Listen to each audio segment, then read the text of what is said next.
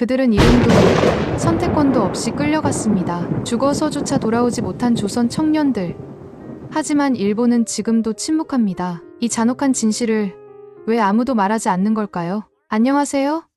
저는 역사의 진실을 찾아 나서는 다큐멘터리 작가 리사 맥켄지입니다. 오늘 여러분께 들려드릴 이야기는 오랫동안 숨겨진 역사적 진실에 관한 것입니다. 구독과 좋아요는 영상 제작에 큰 힘이 됩니다. 여러분의 관심이 숨겨진 역사를 밝히는 데 도움이 될 거예요. 미국 로스앤젤레스 한 대학의 도서관에서 충격적인 이야기가 시작됐습니다. 평범한 역사 교육자로 살아가던 리사 맥켄지가 하루아침에 인생이 바뀌는 계기를 마주했죠. 어째서 미국인 다큐멘터리 작가가 한국과 일본의 아픈 역사에 깊숙이 발을 들이게 된 걸까요? 따스한 햇살이 비치는 오후, 대학 도서관 창가에는 리사 맥켄지가 역사 수업 자료를 정리하고 있었습니다. 35살의 리사는 미국 UCLA에서 현대사를 가르치는 교수였습니다. 그녀의 수업은 항상 학생들로 가득 찼고, 그녀가 제작한 다큐멘터리는 작지만 탄탄한 팬층을 가지고 있었죠. 리사, 잠깐 시간 있어요? 목소리의 주인공은 한국계 미국인 학생 소희였습니다. 소희는 리사의 수업을 듣는 학생 중 하나였고, 항상 열정적으로 수업에 참여했습니다. 물론이지. 무슨 일이야? 리사가 미소를 지으며 대답했어요. 소희는 잠시 망설이더니 낮은 목소리로 말했습니다. 다음 주 발표 주제로 제 가족사를 다루고 싶은데, 할아버지 이야기요. 우리 할아버지는 일본에 끌려가 아직도 못 돌아오셨어요. 순간 리사의 손이 멈췄습니다. 그녀는 세계 역사를 가르치는 교수였지만 이런 이야기는 처음 듣는 것 같았습니다. 무슨 의미야? 자세히 말해줄 수 있을까? 리사가 물었습니다. 소희의 눈에는 이미 눈물이 고여 있었습니다. 할아버지는 19살 때 일본으로 강제징용됐대요. 탄광에서 일하셨다고 해요. 해방 후에도 돌아오지 못하셨고 가족들은 지금까지 기다리고 있어요. 그날 저녁 리사는 잠을 이루지 못했습니다. 소희의 말이 계속 머릿속을 맴돌았죠. 새벽 2시 그녀는 노트북을 켜고 강제징용이라는 단어를 검색창에 입력했습니다. 그리고 사할린 조선인이라는 단어도 처음 접했죠. 화면에 나타난 흑백 사진들이 리사의 마음을 무겁게 했습니다. 철로 위에서 일하는 젊은 조선인들, 탄광 속 검게 그을린 얼굴들, 그리고 눈 덮인 사할린의 홀로 선 나무 십자가들. 리사는 숨을 깊게 들이마셨습니다. 이런 역사가 있었는데 왜 나는 모르고 있었던 걸까? 다음 날 아침, 리사는 수업에서 평소와 달리 집중하지 못했습니다. 머릿속에는 밤새 본 사진들이 계속 떠올랐죠. 수업이 끝나고 그녀는 곧장 도서관으로 향했습니다. 일제강점기 강제노동에 관한 자료를 찾고 있어요.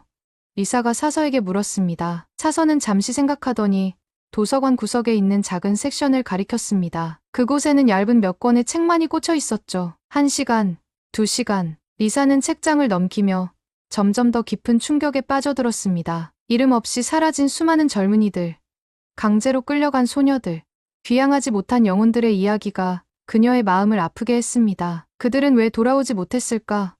리사는 작은 소리로 중얼거렸습니다. 소희의 할아버지처럼 수많은 사람들이 고향으로 돌아오지 못했습니다. 그들의 이야기는 왜 세계사 교과서에 제대로 실리지 않았을까요? 리사는 이 의문을 풀기로 마음먹었습니다. 일주일 후, 소희의 발표는 수업 전체를 침묵시켰습니다. 그녀는 할아버지의 낡은 흑백 사진 한 장과 러시아에서 보내온 편지 한 통을 보여주었죠. 우리 가족은 여전히 할아버지를 찾고 있어요. 하지만 일본 정부는 공식적인 사과도, 정확한 정보도 주지 않아요. 수업이 끝난 후, 리사는 소희를 따로 불렀습니다. 내 이야기가 내 마음을 흔들었어. 소희, 이 이야기를 더 많은 사람들에게 알리고 싶어. 소희의 눈이 커졌습니다. 정말요? 어떻게요? 리사는 결심한 듯 대답했습니다. 다큐멘터리를 만들 거야. 진실을 찾아서. 그날 밤, 리사는 비행기 표를 예약했습니다. 목적지는 대한민국 서울. 그녀의 여정이 시작되는 순간이었습니다. 이 이야기는 세상에 알려져야 해. 리사는 카메라 장비를 챙기며 중얼거렸습니다. 리사는 알지 못했습니다. 이 여정이 그녀의 인생을 완전히 바꿔놓을 것이라는 사실을. 그리고 그녀가 발견할 진실이 얼마나 뼈아플지를. 인천국제공항에 도착한 리사의 얼굴에는 설렘과 긴장이 교차했습니다. 12시간의 비행 동안 그녀는 한국어 기초회화와 일제강점기에 대한 책을 읽었지만 실제로 이 땅을 밟으니 마음이 무거워졌습니다. 공항을 나서자 서울의 찬란한 도시 풍경이 그녀를 맞이했어요. 이게 정말 일제강점기를 겪은 나라인가? 리사는 눈앞에 펼쳐진 화려한 도시를 바라보며 생각했습니다. 택시 안에서 리사는 창밖으로 보이는 고층 빌딩과 세련된 거리를 바라봤습니다. 운전사는 영어가 서툴렀지만 리사의 방문 목적을 듣고는 백미러로 그녀를 유심히 바라봤어요. 일본, 한국, 역사. 운전사가 끊어진 영어로 물었습니다. 네. 다큐멘터리를 만들려고요. 특히 강제징용에 대해서요. 리사가 대답했습니다. 운전사의 얼굴이 갑자기 진지해졌어요. 내 할아버지도. 그는 더 이상 말을 잇지 못했습니다. 리사는 가슴이 철렁했어요. 처음 만난 택시 기사조차 이 역사와 연결되어 있다니. 이게 바로 한국인들의 일상적 현실인 걸까요? 호텔에 도착한 리사는 짐을 풀자마자 노트북을 열었습니다. 내일부터의 일정을 확인하고 있을 때 소희의 연락이 왔어요. 리사 교수님, 잘 도착하셨나요? 제가 소개해드린 줄리가 내일 아침에 호텔로 찾아갈 거예요. 그녀가 통역도 도와드릴 수 있을 거예요. 줄리는 미국에서 태어났지만 한국계 미국인으로 두 나라의 언어와 문화에 능통했습니다. 소희의 사촌이기도 했죠. 다음 날 아침, 로비에서 만난 줄리는 리사의 예상과 달리 밝고 활기찬 모습이었습니다. 안녕하세요. 리사. 드디어 만나게 되어 기뻐요. 소희에게 교수님 이야기 많이 들었어요. 줄리가 환하게 웃으며 인사했습니다. 나도 만나서 반가워. 줄리, 도움을 주겠다고 해서 정말 고마워. 리사가 따뜻하게 대답했어요. 오늘은 어디부터 가볼까요? 줄리가 물었습니다. 리사는 준비해온 노트를 펼쳤습니다. 태평양 전쟁 희생자 추모관에 가고 싶어. 강제징용의 실상을 보여주는 곳이라고 들었어. 버스를 타고 이동하는 동안 리사는 차창밖 서울의 풍경을 바라봤습니다. 한강을 지나는 다리 위에서 리사는 문득 깊은 생각에 잠겼어요. 이 화려함 아래 어떤 희생이 있었을까? 리사가 작은 목소리로 말했습니다. 줄리는 그 말을 듣고 고개를 끄덕였어요. 우리 할머니는 항상 그러셨어요. 우리가 누리는 모든 것은 그때 고통받은 사람들 덕분이라고요. 버스에서 내린 두 사람은 조용한 거리를 따라 걸었습니다. 작은 표지판을 따라 들어간 추모관은 외부에서 보기엔 평범한 건물이었지만 내부에는 깊은 역사가 숨겨져 있었어요. 입구에서 리사는 잠시 멈춰섰습니다. 이곳에서 그녀가 보게 될 것들이 어떤 감정을 불러일으킬지 두려웠지만 그녀는 진실을 마주할 준비가 되어 있었습니다. 준비됐어? 줄리가 물었습니다. 리사는 깊게 숨을 들이마시고 고개를 끄덕였습니다. 응. 들어가자. 추모관 내부는 조용했습니다. 벽면을 따라 걸린 흑백 사진들과 낡은 문서들. 그리고 중앙에 놓인 커다란 명부. 리사는 천천히 전시물들을 둘러보기 시작했습니다. 이건 뭐지? 리사가 유리 케이스 안에 있는 낡은 문서를 가리키며 물었어요. 줄리가 설명했습니다. 징용자 명부예요. 일본으로 강제 동원된 조선인들의 이름이 적혀 있죠. 하지만 이건 전체의 일부에 불과해요. 많은 기록이 전쟁 후 파기됐거든요. 리사의 눈이 커졌습니다. 이렇게 많은 사람들이. 그때 전시관 해설사가 다가왔습니다. 그는 리사가 외국인임을 알아차리고 영어로 설명을 시작했어요. 이들은 노동자가 아니라 인간 자원이었습니다. 계약도 없고 선택권도 없었죠. 많은 이들이 돌아오지 못했습니다. 해설사는 또 다른 사진을 가리켰습니다. 바다 위에 우뚝 선 작은 섬, 구남도였습니다. 여기가 바로 하시마, 일명 구남도입니다. 조선인 수천 명이 이 작은 섬에서 강제노동을 했어요. 지하 수백 미터 탄광에서 하루 12시간 이상 일했지만 제대로 된 식사도 휴식도 없었죠. 리사는 천천히 사진 앞으로 다가갔습니다. 사진 속 조선인 노동자들의 마른 얼굴과 빛 없는 눈동자가 그녀를 응시하고 있는 것 같았어요. 그녀는 자신도 모르게 눈가를 붉혔습니다. 한 구석에는 작은 텔레비전이 설치되어 있었고 생존자들의 증언 영상이 재생되고 있었습니다. 여든을 훌쩍 넘긴 노인의 떨리는 목소리가 전시장에 울려 퍼졌어요. 16살 때 일본으로 끌려갔습니다. 탄광에서 하루 종일 일했지만 제대로 된 음식도 주지 않았어요. 많은 친구들이 사고로, 병으로 죽었습니다. 죽은 이들은 그저 바다에 버려졌을 뿐. 리사의 눈에서 눈물이 흘러내렸습니다. 그녀는 서둘러 눈물을 닦았지만 줄리는 이미 알아차렸어요. 괜찮아요? 줄리가 걱정스럽게 물었습니다. 리사는 고개를 끄덕였습니다. 괜찮아. 그저 이런 역사가 있었는데 왜 세계는 더 주목하지 않았는지 의아할 뿐이야. 전시관을 나오는 길. 리사는 마음속으로 결심했습니다. 이 이야기를 반드시 세상에 알려야 한다고. 소희의 할아버지와 같은 수많은 사람들의 이야기가 잊혀지지 않도록. 줄리, 내일은 어디로 갈까? 리사가 물었습니다. 줄리는 잠시 생각하더니 대답했어요. 서대문 형무소 역사관으로 가보는 게 어때요?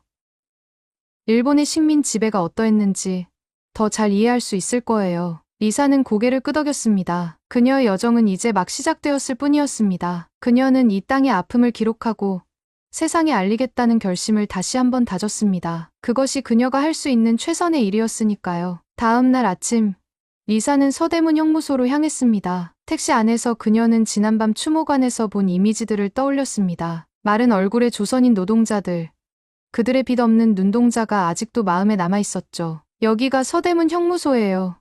줄리가 말했습니다. 택시가 멈추자 앞에는 붉은 벽돌로 지어진 오래된 건물이 나타났어요. 입구에 들어서자 차가운 공기가 리사를 감쌌습니다. 그곳은 마치 시간이 멈춘 듯한 분위기였어요. 붉은 벽돌 건물들, 좁은 복도, 그리고 작은 간방들이 그녀를 압박했습니다. 이곳은 일제강점기 때 독립운동가들이 갇혔던 곳이에요.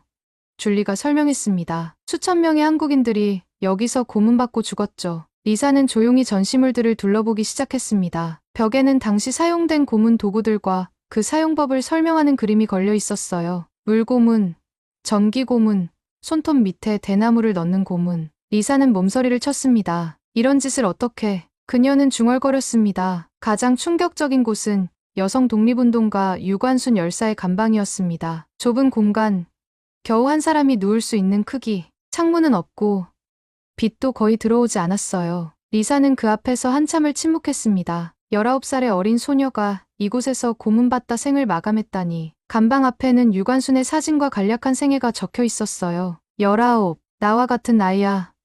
줄리가 작은 목소리로 말했습니다. 리사는 고개를 끄덕였습니다. 감방 안을 들여다보며 그녀는 이 작은 공간에서 자유를 꿈꾸었던 소녀의 마음을 상상했습니다. 형무소 안쪽으로 들어가자 수감자 명부가 전시되어 있었습니다. 빛바랜 종이에 빽빽하게 적힌 이름들. 리사는 그 앞에 서서 한 명의 이름을 읽어내려갔습니다. 이 명부에는 10,000명이 넘는 사람들의 이름이 있어요.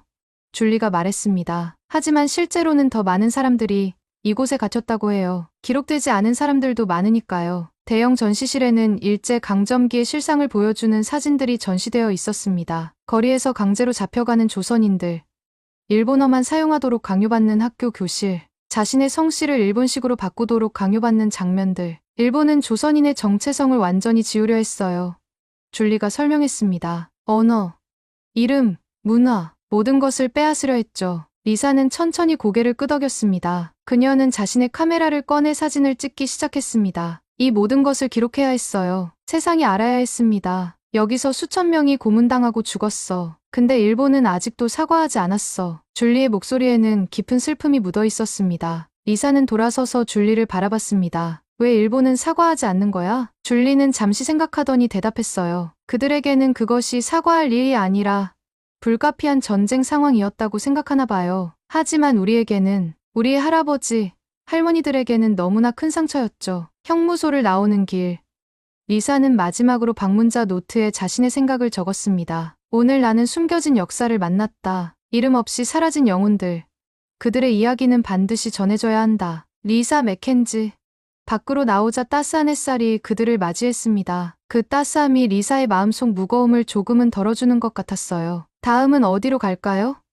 줄리가 물었습니다. 리사는 잠시 생각했습니다. 차을린에 대해 더 알고 싶어. 소희의 할아버지처럼 돌아오지 못한 사람들의 이야기를 듣고 싶어. 줄리는 고개를 끄덕였습니다. 한국에는 사을린 동포들에 대한 자료관이 있어요. 먼저 그곳에 가보는 게 어떨까요? 두 사람은 택시를 타고 다음 목적지로 향했습니다. 차창 밖으로 서울의 번화가가 지나갔지만 리사의 마음은 여전히 형무소의 차가운 감방에 머물러 있었습니다. 줄리, 리사가 조용히 불렀습니다. 나는 역사학자로서 많은 역사적 비극을 공부했어. 하지만 오늘 본 것들은 왜 이런 이야기가 세계사에서 제대로 다뤄지지 않는 거지? 줄리는 쓴웃음을 지었습니다. 승자가 역사를 쓰니까요. 일본은 전쟁에서 졌지만 미국의 핵심 동맹국이 되었잖아요. 그래서 그들의 과거는 많이 정리된 거죠. 리사는 입술을 깨물었습니다. 그녀는 자신이 알고 있던 역사가 얼마나 불완전한지 깨닫기 시작했습니다. 그리고 그녀의 다큐멘터리가 얼마나 중요한 작업인지도요. 차을린에 꼭 가봐야겠어.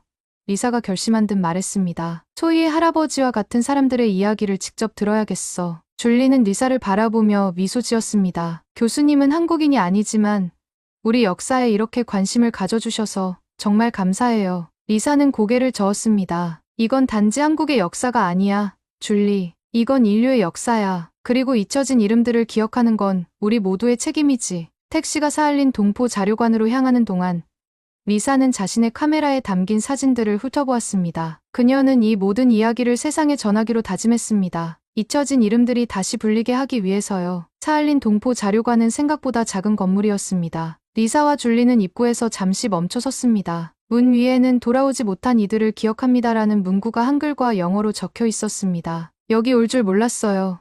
줄리가 말했습니다. 한국에 산 지 5년 됐는데 처음 와보네요. 리사는 눈썹을 치켜 올렸습니다. 너도 처음이야? 줄리는 부끄러운 듯 고개를 끄덕였습니다. 아픈 역사는 마주하기 어려울 때가 있어요. 특히 내 가족과 직접 관련이 없으면. 자료관 안으로 들어서자 차분한 분위기가 그들을 감쌌습니다. 벽면에는 러시아 사할린의 지도와 함께 강제징용된 조선인들의 경로가 표시되어 있었습니다. 한반도에서 시작해 사할린으로 향하는 빨간 선, 그리고 대부분 돌아오지 못했다는 것을 보여주는 끊어진 선. 사할린에 끌려간 조선인들은 약 4만 명으로 추정됩니다. 목소리의 주인공은 자료관 관리인이었습니다. 60이 넘어 보이는 노인은 리사와 줄리를 반갑게 맞이했습니다. 외국에서 오셨군요. 우리 역사에 관심 있으신가요?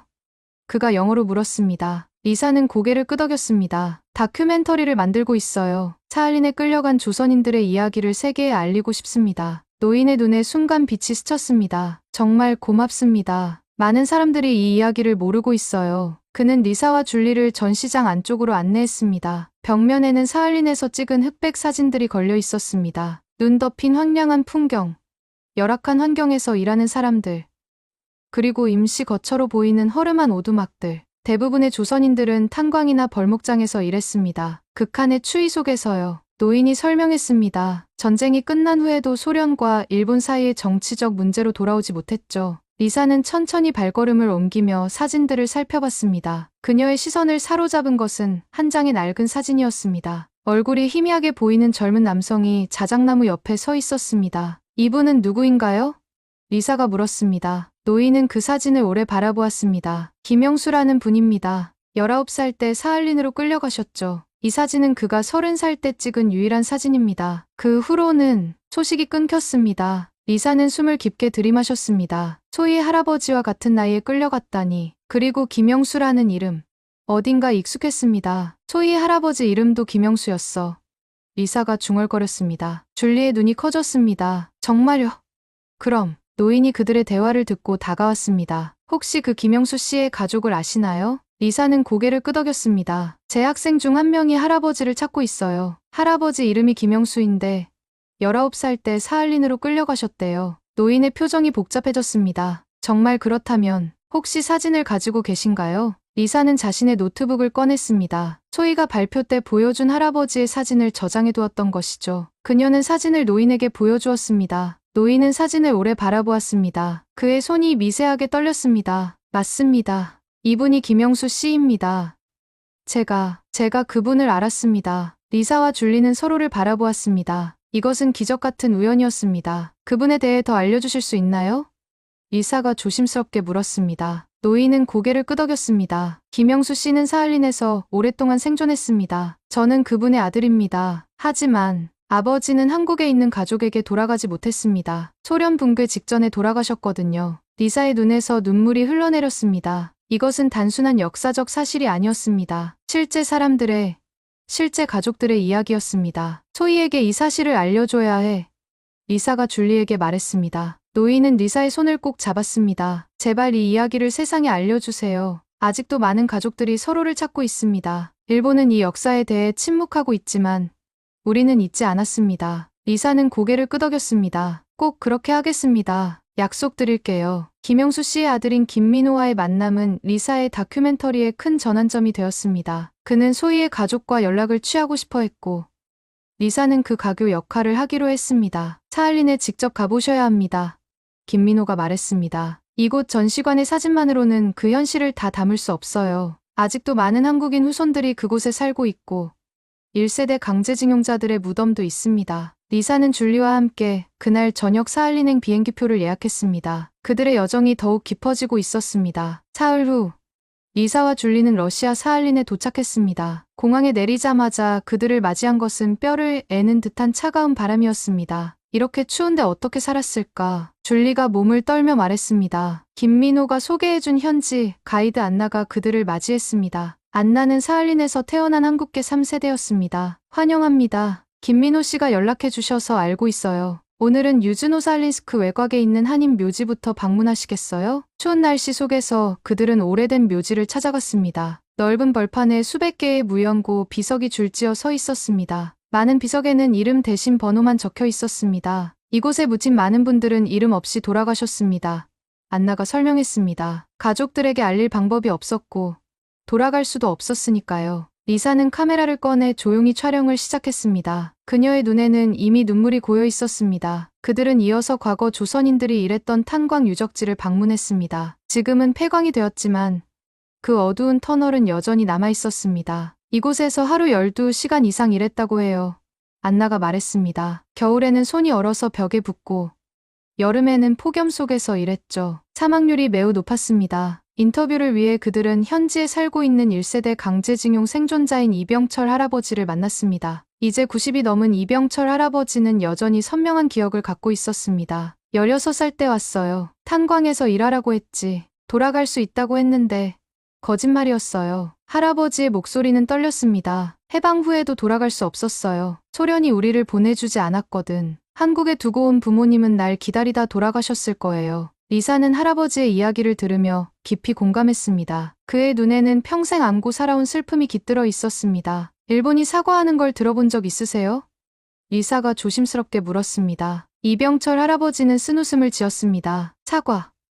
그런 건 없었어요. 그들은 우리를 잊었어요. 아니, 일부러 잊으려 했죠. 다음 날 리사와 줄리는 유즈노사할린스크 외곽의 한 마을을 방문했습니다. 그곳에는 여전히 강제징용자들의 후손들이 살고 있었습니다. 리사는 그곳 박물관에서 뜻밖의 발견을 했습니다. 작은 유리 케이스 안에 김영수라는 이름이 새겨진 목판이 있었던 것입니다. 이건 뭐죠?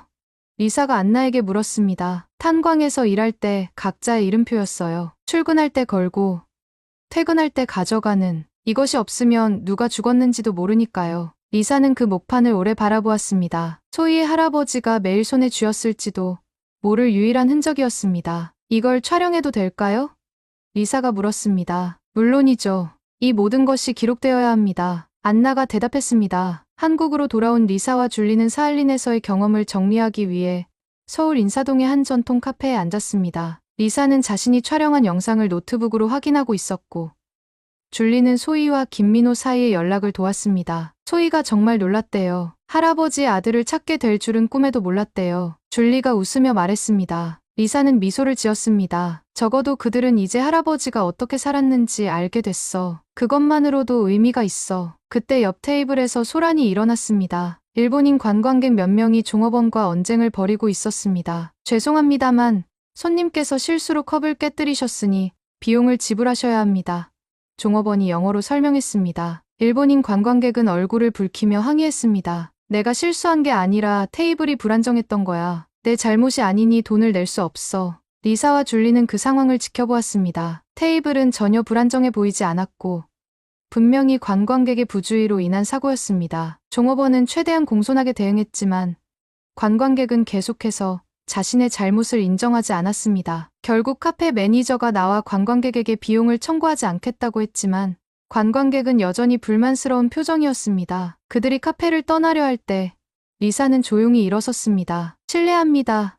리사가 영어로 말했습니다. 그 작은 실수도 사과하지 않으면서 큰 잘못은 어떻게 사과할 수 있을까요? 카페는 순간 조용해졌습니다. 일본인 관광객들은 당황한 표정으로 리사를 바라보았습니다. 무슨 말씀이신지 한 관광객이 더듬거렸습니다. 리사는 차분하게 말을 이었습니다. 저는 지금 사할린에서 돌아왔어요. 거기서 일본의 강제징용으로 고향에 돌아오지 못한 사람들의 이야기를 들었죠. 그들은 아직도 사과를 기다리고 있습니다. 일본인 관광객들은 어색한 침묵 속에 아무 말 없이 카페를 떠났습니다. 그들의 뒷모습을 보며 리사는 깊은 한숨을 내쉬었습니다. 너무 직설적이었나?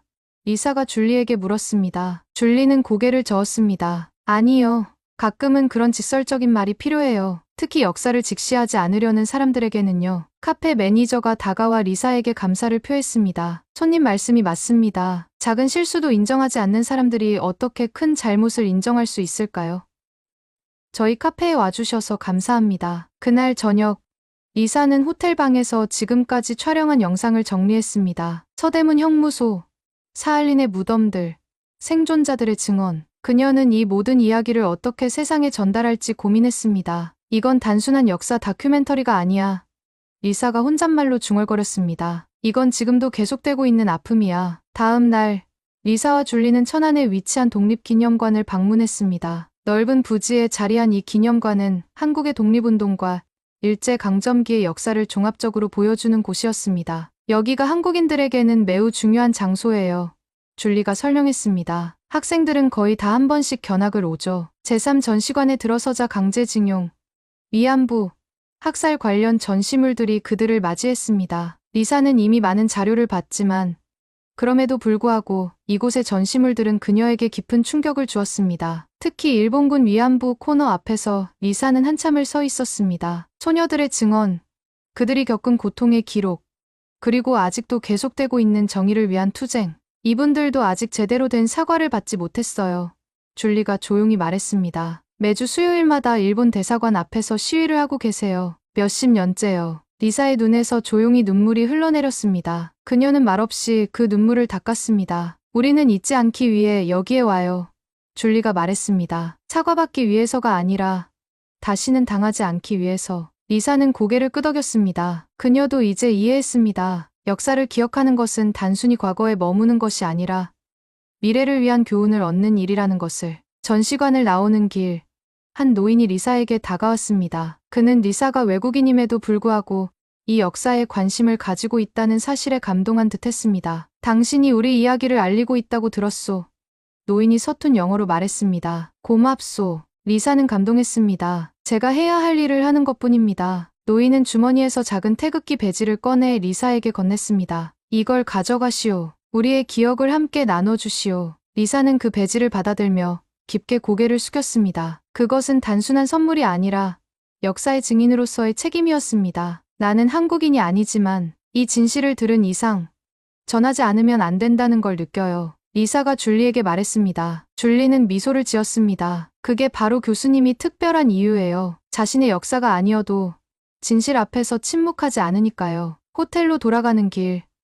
리사는 자신의 다큐멘터리가 어떤 메시지를 전해야 할지 명확해졌습니다. 그것은 단순히 일본의 잘못을 고발하는 것이 아니라 역사 앞에서 우리 모두가 가져야 할 책임에 대한 이야기였습니다. 2달 후, 리사는 미국으로 돌아와 UCLA의 교실에 다시 섰습니다. 그녀의 강의실은 여느 때보다 학생들로 가득 찼습니다. 그녀의 다큐멘터리 작업에 대한 소문이 퍼진 덕분이었죠. 오늘은 특별한 수업을 하겠습니다.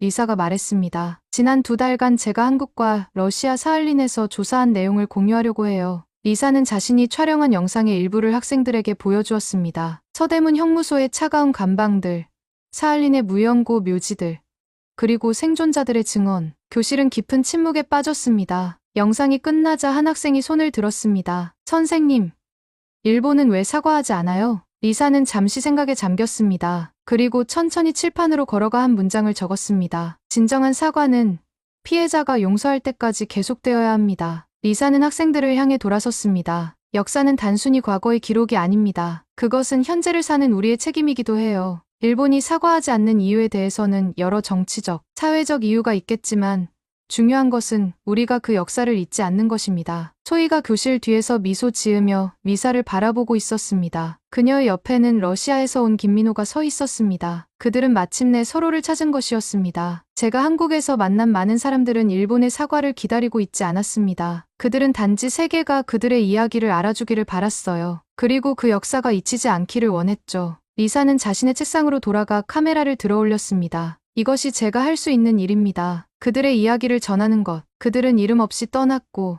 아무도 기다리지 않는 곳에서 죽었습니다. 일본은 아직 사과하지 않았습니다. 그래서 우리는 기억해야 합니다. 수업이 끝난 후 많은 학생들이 리사에게 다가와 더 많은 질문을 했습니다. 그들 중 몇몇은 자신의 가족 역사에 대해 알아보겠다고 했고 일부는 리사의 다큐멘터리 제작을 돕고 싶다고 했습니다. 소희와 김민호는 리사에게 다가와 깊은 감사를 표했습니다. 교수님 덕분에 우리 가족은 할아버지의 이야기를 알게 되었어요. 그리고 서로를 찾았고요.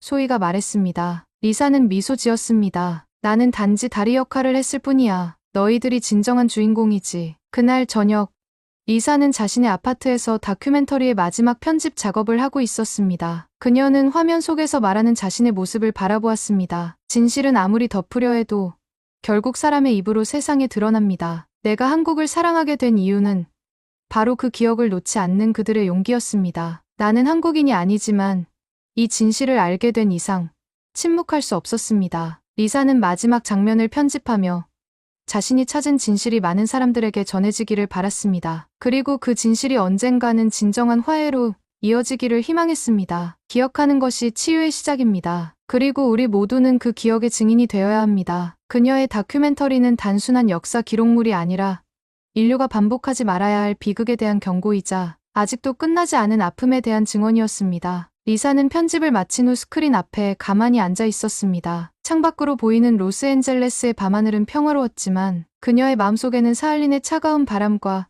서대문 형무소의 무거운 침묵이 여전히 맴돌고 있었습니다. 인류의 역사에는 기억해야 할 순간들이 있습니다. 잊혀진 이름들, 돌아오지 못한 영혼들, 그들의 이야기는 계속되어야 합니다. 다음 날, 리사는 자신의 다큐멘터리를 온라인 플랫폼에 공개했습니다. 처음에는 소수의 시청자만이 관심을 보였지만 점차 그 숫자는 늘어갔습니다. 한국계 미국인 커뮤니티에서 시작된 관심은 곧 주류 미디어로 확산되었습니다. 한 달 후, 리사는 뉴욕의 한 국제 다큐멘터리 영화제에 초청받았습니다. 그녀의 작품 잊혀진 이름들은 관객들에게 깊은 감동을 주었고 많은 이들에게 처음으로 들려주는 이야기가 되었습니다. 영화제에서 한 관객이 리사에게 물었습니다. 당신은 한국인도 아닌데 왜 이렇게 깊이 관여하게 되었나요? 리사는 잠시 생각하다가 대답했습니다. 인간의 고통에는 국적이 없습니다. 진실에도 국적이 없죠. 우리가 인류로서 함께 성장하려면 서로의 아픔을 이해하고 기억해야 합니다. 제가 이 이야기를 전하는 이유는 이것이 단지 한국의 역사가 아니라 인류의 역사이기 때문입니다. 다큐멘터리는 점점 더 많은 사람들에게 알려졌고 마침내 일본의 한 소규모 독립영화관에서도 상영되었습니다. 그곳에서 한 일본인 대학생이 리사에게 편지를 보냈습니다. 우리는 학교에서 이런 역사를 배우지 않았습니다. 당신의 다큐멘터리를 통해 처음 알게 되었어요. 제가 무엇을 할 수 있을지 고민하고 있습니다. 적어도 기억하고 전하는 것부터 시작하려 합니다. 리사는 그 편지를 읽고 깊은 감동을 받았습니다. 이것이 바로 그녀가 바라던 것이었습니다. 역사의 진실이 세대를 넘어 국경을 넘어 전해지는 것. UCLA로 돌아온 리사는 이제 강제징용과 현대사라는 새로운 강의를 개설했습니다. 첫 수업날, 강의실은 학생들로 가득 찼습니다. 그 중에는 일본에서 온 교환학생들도 있었습니다. 리사는 천천히 강단에 섰습니다. 그녀의 뒤편 스크린에는 사할린의 무연고, 묘지 사진이 떠 있었습니다. 역사는 우리에게 무엇을 가르치는가? 리사가 첫 질문을 던졌습니다. 강의실은 깊은 침묵에 빠졌습니다. 역사는 단순한 과거의 기록이 아닙니다. 그것은 현재를 사는 우리의 거울이자 미래를 향한 나침반입니다. 우리가 과거의 아픔을 기억하는 이유는 같은 실수를 반복하지 않기 위해서입니다. 리사는 자신의 다큐멘터리 작업을 통해 알게 된 사실들을 학생들과 나누었습니다. 그리고 수업을 마치며 한 가지 질문을 남겼습니다. 여러분은 역사 앞에서 어떤 역할을 하고 싶습니까? 침묵하는 방관자, 아니면 진실을 전하는 증인? 그날 저녁, 리사는 소희와 김민호에게서 온 사진 한 장을 받았습니다. 그들은 김영수 할아버지의 고향인 전라남도의 작은 마을을 방문해 그곳에 아직도 살고 있는 할아버지의 여동생을 만났다고 했습니다. 사진 속에서 노인과 김민호는 서로를 꼭 끌어안고 있었습니다. 70년 만의 가족 상봉이었습니다. 리사는 그 사진을 보며 미소 지었습니다. 그녀의 작은 노력이 한 가족의 오래된 상처를 치유하는데 도움이 되었다는 사실이 그녀에게 큰 위안이 되었습니다. 진실은 아무리 덮으려 해도 결국 사람의 입으로 세상에 드러납니다. 리사는 창밖을 바라보며 중얼거렸습니다. 그녀는 이제 자신의 사명을 명확히 알고 있었습니다. 잊혀진 이름들을 기억하고 그들의 이야기를 전하는 것. 그것이 역사 앞에 선 우리 모두의 책임이었습니다. 깊은 상처는 쉽게 치유되지 않습니다. 하지만 기억하는 것이 치유의 시작입니다. 우리가 잊지 않는 한 그들은 결코 완전히 사라지지 않을 것입니다. 리사의 다큐멘터리 잊혀진 이름들은 많은 사람들에게 잊혀진 역사의 한 페이지를 다시 펼쳐 보여주었습니다. 그리고 그녀의 여정은 계속되었습니다. 더 많은 이야기를 찾아, 더 많은 진실을 전하기 위해 우리는 기억합니다. 그들의 이름을, 그들의 이야기를, 그들의 존엄을.